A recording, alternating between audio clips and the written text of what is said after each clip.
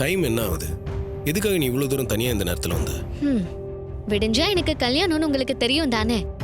அதோட நீங்க இல்லாம நான் கல்யாண மண்டபத்துல இருக்க மாட்டேன்னு அத்தனை தடவை சொல்லிருக்கேன். அப்படி இருந்தும் நீங்க ஏன் மண்டபத்துக்கு வரல? என்ன மாமா பதில் சொல்லாம அமைதியா இருக்கீங்க? பதில் சொல்லுங்க. இங்க ஹாஸ்பிட்டல் ஒரு முக்கியமான வேலை, அதை முடிச்சுட்டாங்க வரலான்னு இருந்தா. இல்ல, நீங்க போய் சொல்றீங்க. என்ன இங்க பார்த்ததும் என்ன சொல்றதுன்னு தெரியாம மழுப்புறீங்க, சமாளிக்கிறீங்க. என்ன ரேவதி, பயந்துட்டியா? பயமா? என்ன சொல்றீங்க மாமா? நான் வராம போயிடுவேணும்னு பயந்துட்டியான்னு கேட்டேன். உங்களுக்கு எல்லாமே என் வாயால வரணும்ல மாமா. உங்க மனசுல இருக்கிறத நீங்க சொல்லாத வர ஏன் மனசுல என்ன இருக்குன்னு நான் சொல்ல போறதில்ல மாமா. என்ன யோசிச்சுட்டு இருக்க? கேட்டதுக்கு பதில் சொல்லு. நான் எதுக்கு மாமா பயப்படணும்? நீங்க இல்லாத மண்டபத்துல எனக்கு என்ன வேலை? அதான் உங்களை கூட்டிட்டு போக கிளம்பி வந்துட்டேன்.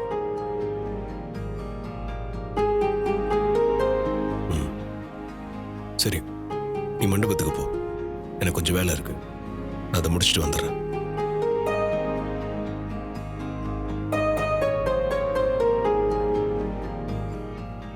என்ன? பரவாயில்ல, உங்க வேலையெல்லாம் நிதானமா முடிச்சிட்டு வாங்க. அது வரைக்கும் நான் இங்கே உட்காந்துருக்கேன்.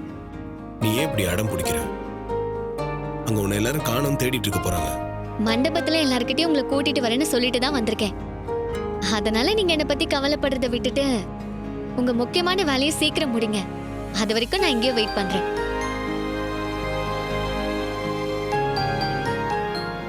இப்ப என்ன, நான் உன் கூட வரணும் அவ்வளவுதானே?